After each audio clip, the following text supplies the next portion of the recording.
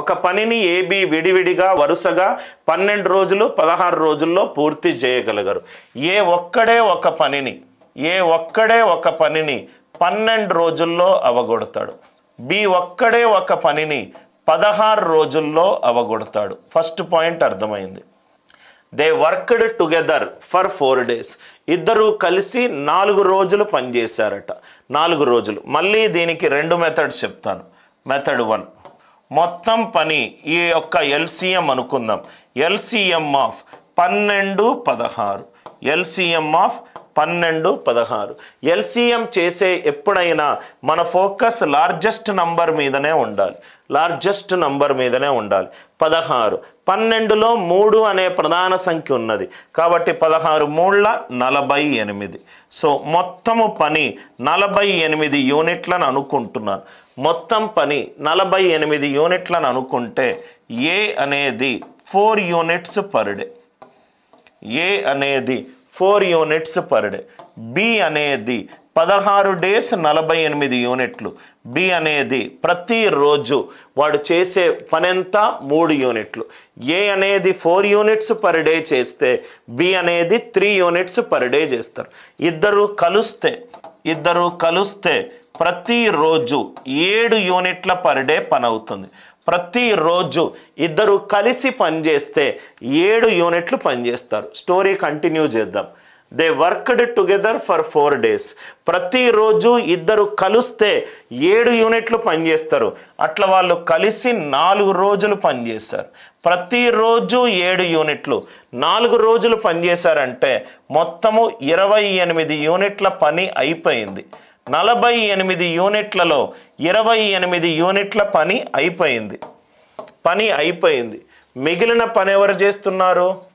B left. దాని తర్వాత B వెళ్ళిపోయాడు. 48 యూనిట్ల నుంచి 28 యూనిట్లు ఏ అండ్ బి కలిసి చేశారు. కలిసి చేసిన తర్వాత మిగిలిందెంత? 20 యూనిట్లు. మిగిలిందెంత? 20 యూనిట్లు.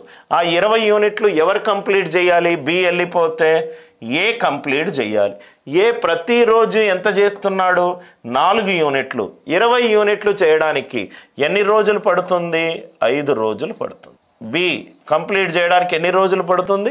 5 రోజులు పడుతుంది. కొంచెం స్లోగా స్టడీగా మెల్లమెల్లగా చేస్తే చాలా ఈజీ ప్రాబ్లమ్ సార్. ఏ 12 రోజుల్లో ఆ పనిని కంప్లీట్ చేయగలుగుతాడు ఒక్కడే అవుతే.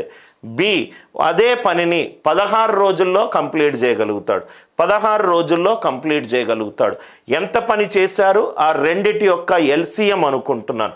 LCM of 12 and 16 48. 48 యూనిట్ల పని అని అనుకుంటున్నాను. 12 రోజుల్లో 48 యూనిట్లు అంటే ఏ ప్రతిరోజు 4 యూనిట్లు పర్ డే పనిచేస్తాడు. 16 రోజుల్లో 48 యూనిట్లు అంటే బి ప్రతిరోజు 3 యూనిట్స్ పర్ డే పనిచేస్తాడు. ఏ ఏమో 4 యూనిట్స్ పర్ డే, బి ఏమో 3 యూనిట్స్ పర్ డే.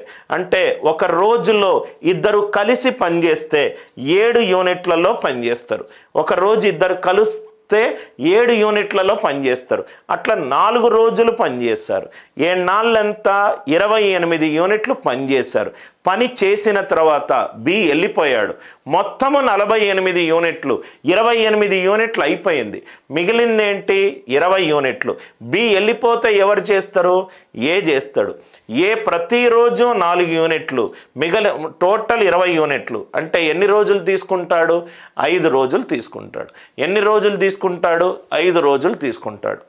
ఇది వర్క్. ఇది ఎల్సిఎం తోటి చేసిన మెథడ్. మెథడ్ 2 ఇక్కడ చూడండి sir. First A and B ఇద్దరు ఉన్నారు. శాతాల నుంచి కూడా చేద్దాం. ఏ అండ్ బి ఇద్దరు ఉన్నారు. ఏ ఎంత పని చేస్తున్నాడు?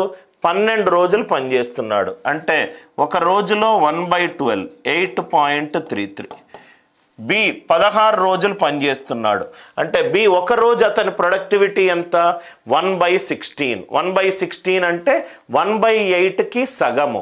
12.5కి సగము అంటే 6.25 అంటే అప్రాక్సిమేట్గా 14.58.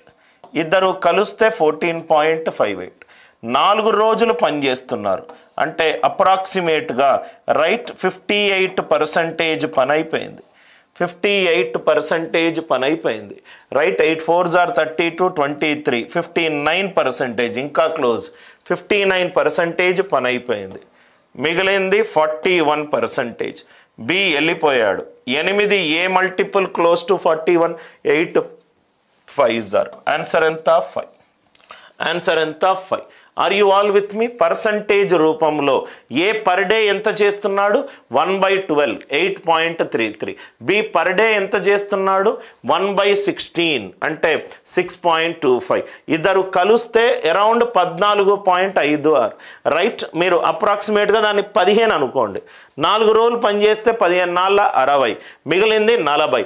40 ఏమో బి వెళ్ళిపోతే ఏ చేస్తున్నాడు? 8 5 40. మీరు దానికి క్లోజెస్ట్ సహజ సంఖ్య అనుకున్నా కానీ ఆన్సర్ వస్తుంది. ఇటువంటి మోడల్స్ చాలా ఇంపార్టెంట్ మోడల్స్ సార్. మీరు ఇలా ప్రాక్టీస్ చేసుకోండి, ఇలా ప్రాక్టీస్ చేసుకోండి. మీకు ఏది కంఫర్టబుల్ అనిపించి ఏది మీకు ఫాస్ట్గా ఆన్సర్ వస్తే ఆ మెథడ్ చూసుకోండి. I hope the idea it is clear.